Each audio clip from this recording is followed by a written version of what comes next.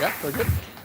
Okay, we're living really, really interesting times these days. I remember, I think it was around 22 years ago when I attended my first, what was then called Knowledge Discovery in Databases conference.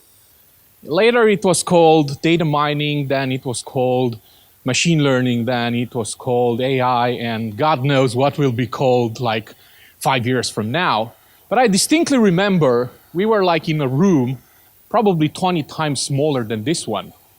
The audience, I was in the audience, was around 20 folks, and there were 2 speakers. And there was a total number of persons understanding what has been said of 3 in the room.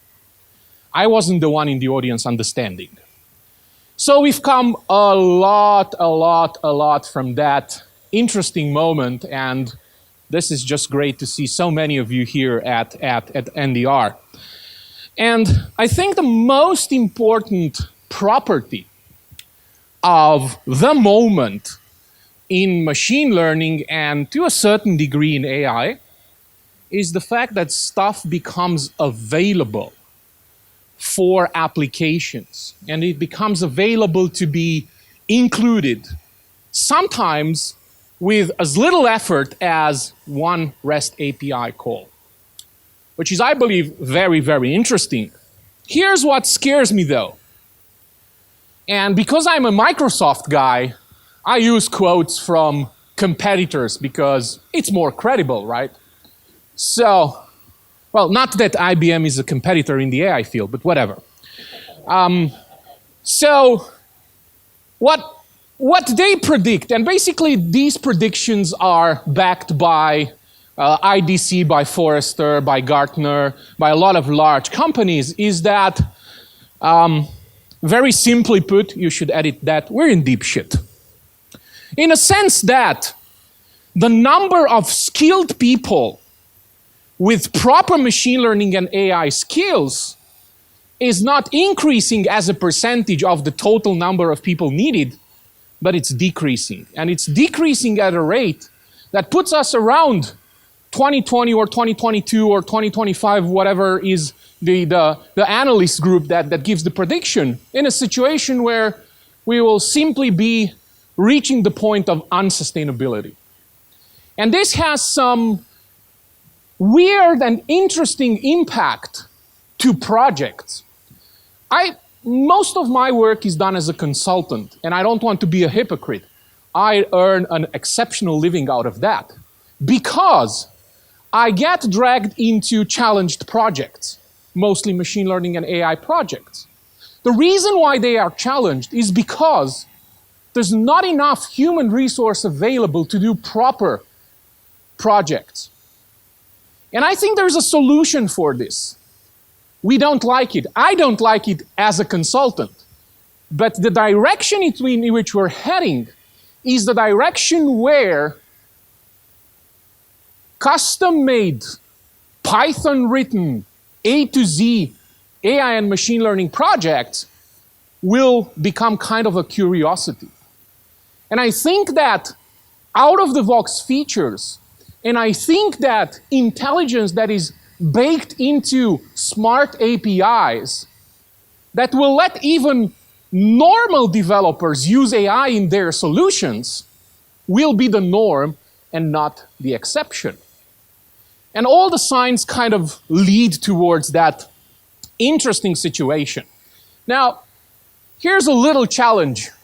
Anybody recognizing the picture?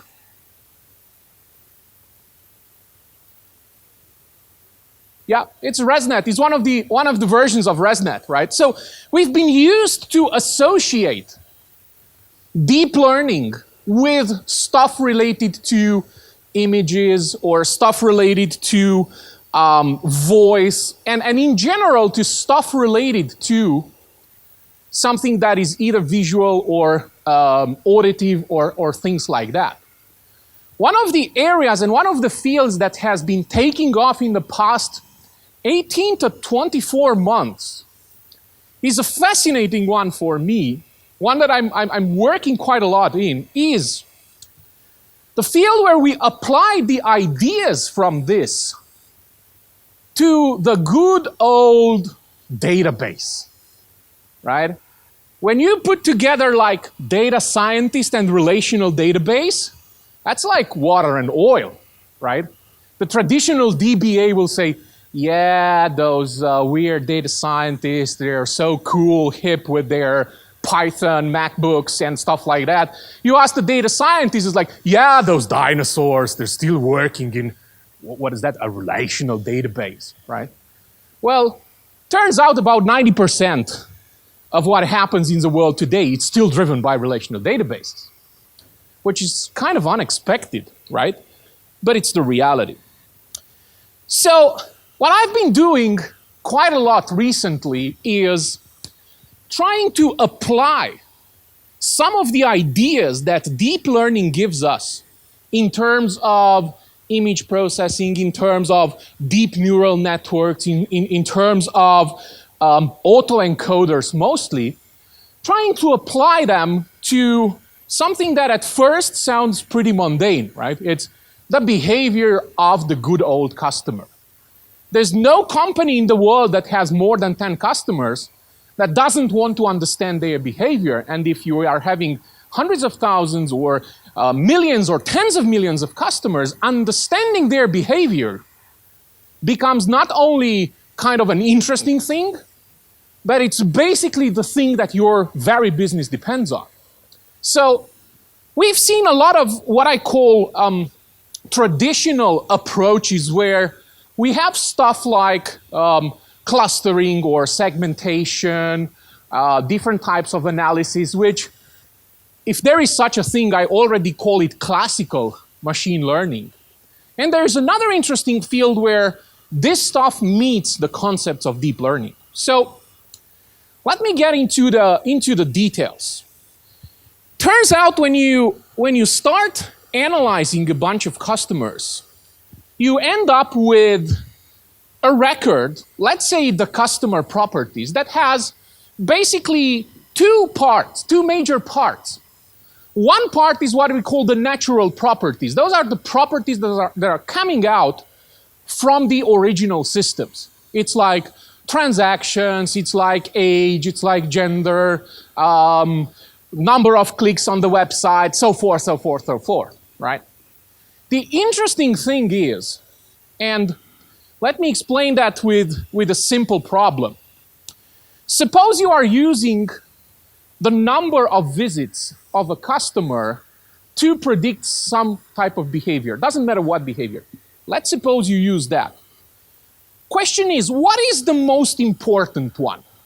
Number of visits per day, number of visits per week, per month, per quarter, per semester, per year, percentage of visits last year compared to this year, percentage of visits in the last 5 years compared to the visits in the previous 5 years, and the list can go on and on and on.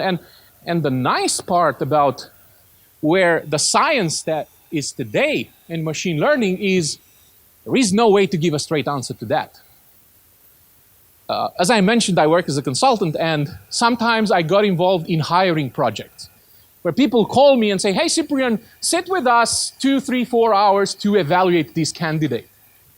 Usually one of the key questions that I put on the table is this one. If I do get a straight answer, then we shake hands like Kasparov did with Deep Blue, and that's it, right? Because if you give a straight answer to this, it means you really don't understand the dynamics and you really don't understand what machine learning and to a certain extent AI stands for. So turns out that if you let your imagination kind of go wild, the number of engineered features that you can create for a customer is just unbelievable.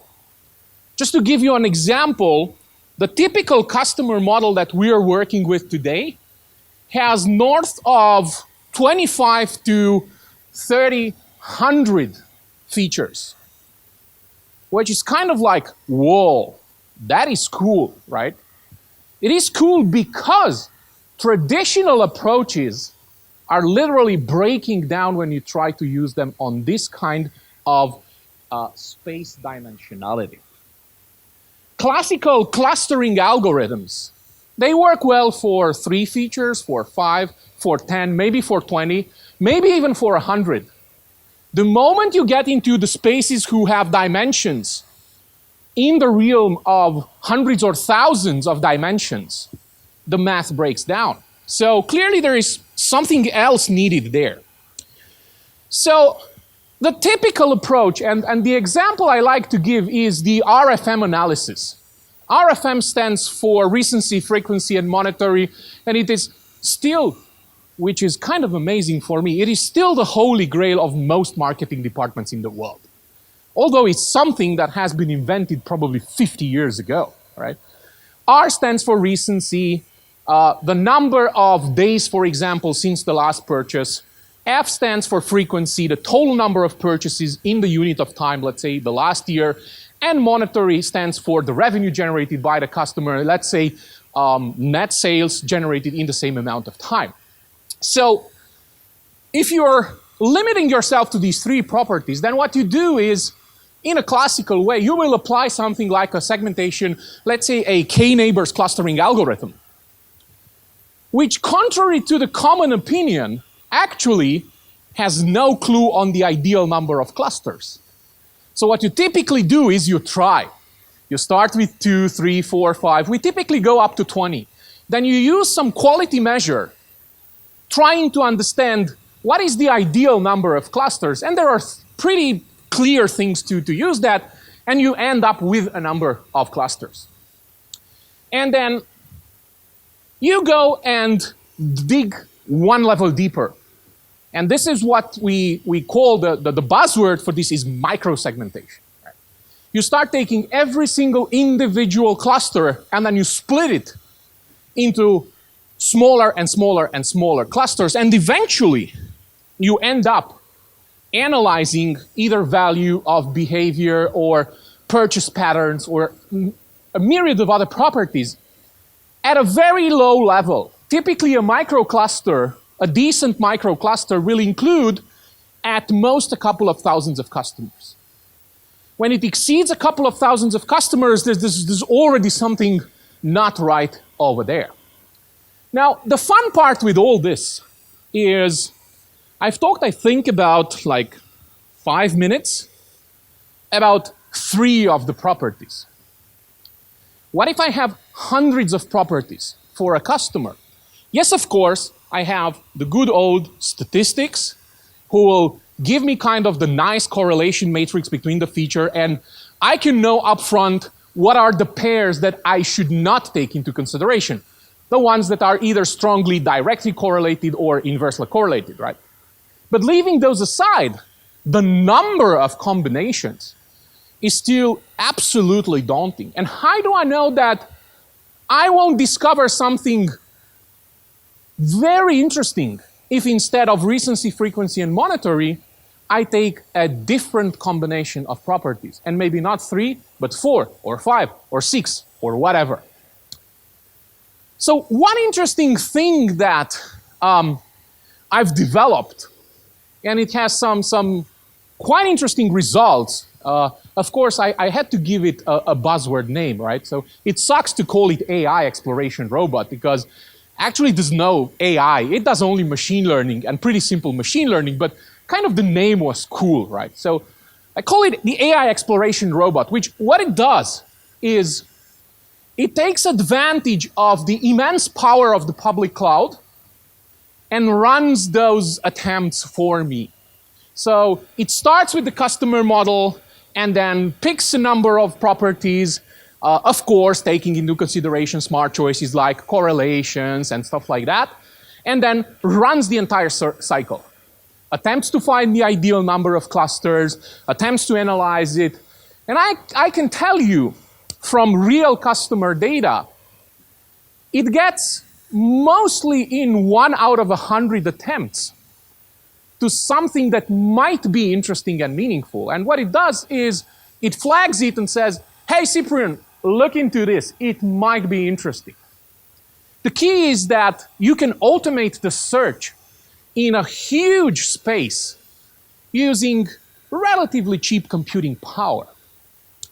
And when I say relatively cheap, from time to time I'm doing like a test to see, like in 5 to 10 mouse clicks, how many cores I can get at my disposal. So lately I did a cool test. I tried to start an Azure Databricks cluster, and I used 20 worker nodes, 20 Spark worker nodes, and I used some pretty beefy VMs with 2 P100 Volta GPU cards on them. And if you do the math quickly, you will see that in a few clicks, I got around 200,000 cores of GPU. So that's why I'm saying it's relatively cheap, right?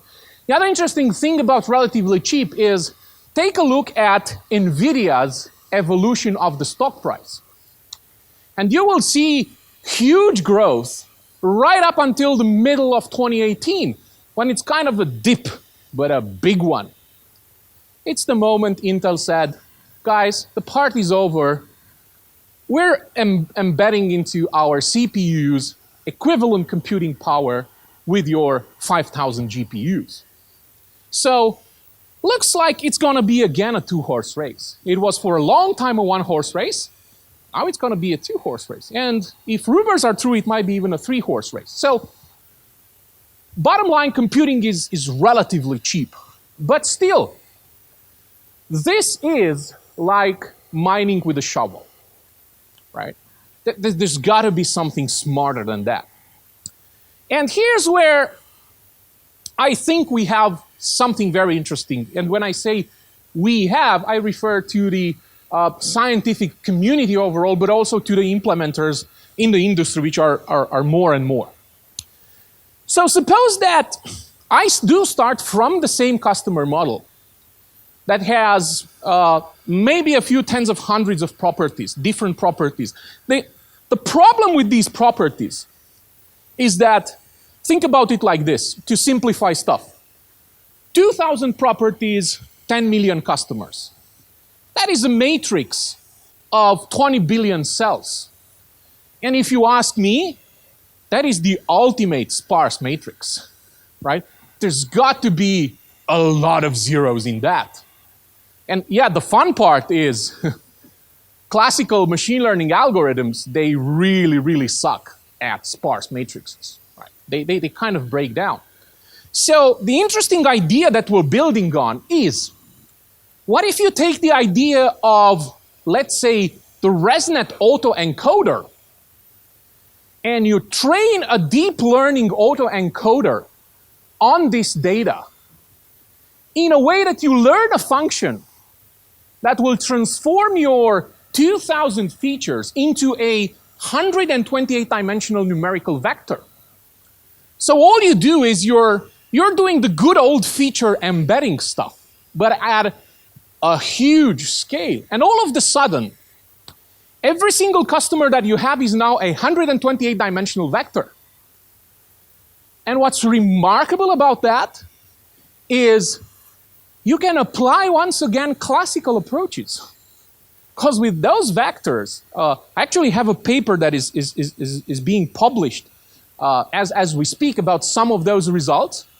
Turns out they work at an acceptable level, which is kind of amazing. But still, what's even more important than that, you can take that embedding and you can do something like, for example, a dimensionality reduction on that, transform it into 2 dimensions, and then transforming it into 2 dimensions will enable you to start speaking the language of humans. Because up until now, this was kind of like gibberish, right? We here in this room, we understand it, but I don't think we are a relevant sample of, let's say, the population of this city, right? Because we're weirdos. We understand math and we understand statistics and stuff like that, right? Most business people don't. Some of them think they do, right? But they actually don't. And out of those who actually think they do, there's a very, very small percentage who actually does. So speaking their language is very important to explain what you are doing. And this is where you get into the visual representation of that, and I'm going to come back to this. Of course, it's not all cool and nice in La La Land. Think about this one. Suppose you have one of those features that is a categorical feature that has 5 distinct values. You take out the deep learning book, and the deep learning book in the first page it says, dude, deep learners don't work well with categorical values. You need to transform them into numerical vectors, right? And then next page says, dude, guess what? One-hot encoding, right? Create a different column, put zeros and ones according to the values, and this is it. And you're like, yes! Next day, you get a data set with a categorical column that has 3,000 distinct values. And you're like, oh shit. It's like, okay, one-hot encoding, 3,000 new columns. It's like, isn't that bad? And then the next day, you get a data set with 10 columns of categorical values. Each of them has 3,000 distinct values, and all of a sudden you're like, whew, so this will be a matrix with 9 million columns on 10 million customers? Well, not even the best data center today can handle decently that amount. And then, of course, you go with other ideas like ordinal encoding for the categorical values, but we all know the problems with ordinal encoding because you define order where there is none and things like that. So one of the cool things is, what you can do is you can zoom in, take those columns, apply the sign principle, use only the columns, one-hot encoding, and then train an autoencoder to get a numerical representation of those categorical columns. So it turns out you have 10 categorical columns with, let's say, 3,000 values each, and then you end up with 10 new columns, which are numerical in nature, and they capture the reality of those categorical columns. So this is such a small of a task that it doesn't even appear on my slide. But it's kind of the nitty-gritty things that in real life you have to deal with, right? Every single time I see a course or somebody speaking about, for example, categorical values in deep learning, they say, oh, dude, you know what, one-hot encoding. And I'm like, yes, when you're talking to high school kids, maybe. In real life, not so much. The other interesting challenge here is the dimensionality reduction. And turns out we have classical statistics to help us there. It's called PCA, right? Principal component analysis. Any statistician will say, oh, dude, here's how it works, right? Well, guess what? When you try to apply PCA to 10 million rows of vectors, you know what? It kind of breaks down. Not to mention that the results suck. So we typically go to something more advanced. The most advanced stuff that we use today is t-SNE, right? It's the t-distribution stochastic neighborhood approach, where the remarkable thing about t-SNE is that if 2 points are close in the 128 or 64 dimensional space, they end up being close as well in the 2-dimensional space. And if they are apart in 128 dimensional space, they end up being apart in the 2-dimensional space. Which means that this gives you an interesting universe representation of the behavior of your customers. And guess what? This is, of course, anonymized. This is one of the customer universes of one of our customers. This is actually real data. And as you can see, you start identifying little clouds over there of red dots, which are nothing more than customers that have similar behavior with respect to the strategy that you used to train the autoencoder. That in itself gives nothing to business, but it is a critical starting point from them to analyze those customers and understand why this ended up to be like this. This is kind of a very cool thing. And then you can start iterating on that. What if instead of training the autoencoder on the entire population, you train the autoencoder on a subset of the population, and then use the trained autoencoder to encode also the others? Guess what? When you compare the vectors, what you get is relative behavioral distance between the group that you use to train the autoencoder and the rest of your customers. And if that group, for example, is the group of customers that have churned last year, you do get a pretty interesting approach for predicting churn, which I state at the moment, and I'm about to prove it, about meaning 6 to 9 months from now.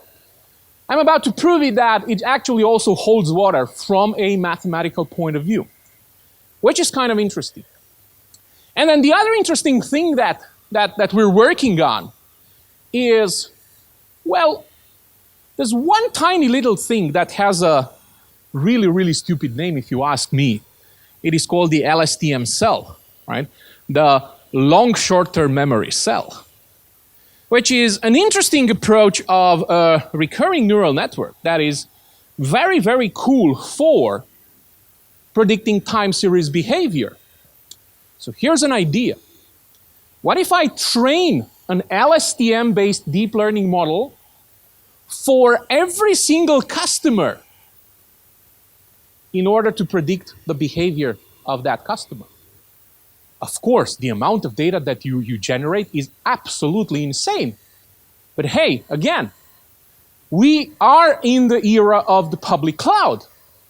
So on a philosophical note, I think we should free ourselves, the ones of us, of course, that are older, we should free ourselves of this cage that is called resources. Computing resources, storage resources are really not a thing anymore, at least not in this space. We do have plenty of them. And basically what you get with this is a very, very interesting approach where you can start predicting aspects of behavior at the individual level. Of course, nobody says you should do it at the individual level. You can combine things, and this is where things are spectacular. You can take a classical approach of microsegmentation and then train your LSTM models on microsegments to predict the behavior of a specific microsegment. If you don't want to get as deep and as far as doing the training for every single customer, right? So combining the two of them becomes really, really interesting and kind of gives you a lot of freedom to move. So I tried in these brief 30 minutes to kind of provide a very high-level overview of a field that I believe does not get yet as much attention as image recognition and sentiment analysis and predictive maintenance and blah, blah, blah, blah, blah, blah, but is a field that I firmly believe will kind of fundamentally change the way we deal with the good old structured data. And of course, nobody says it should be done only on the good old structured data.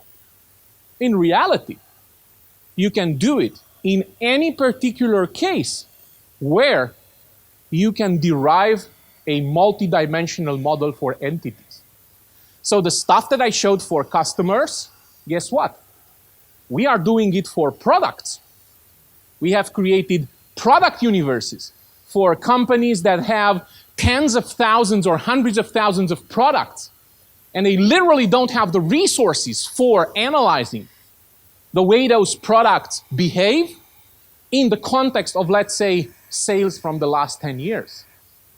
And then if there's anything else that you can derive as a set of properties for a set of entities, or in other way, put it in a mathematical language, in any case you can create a matrix, well, a matrix that is large enough to make sense, you can apply this stuff, which kind of makes it very, very cool. And with that, I'm out of time, and I thank you very much, and I wish you a great NDR conference for the rest of the day. Thank you very much.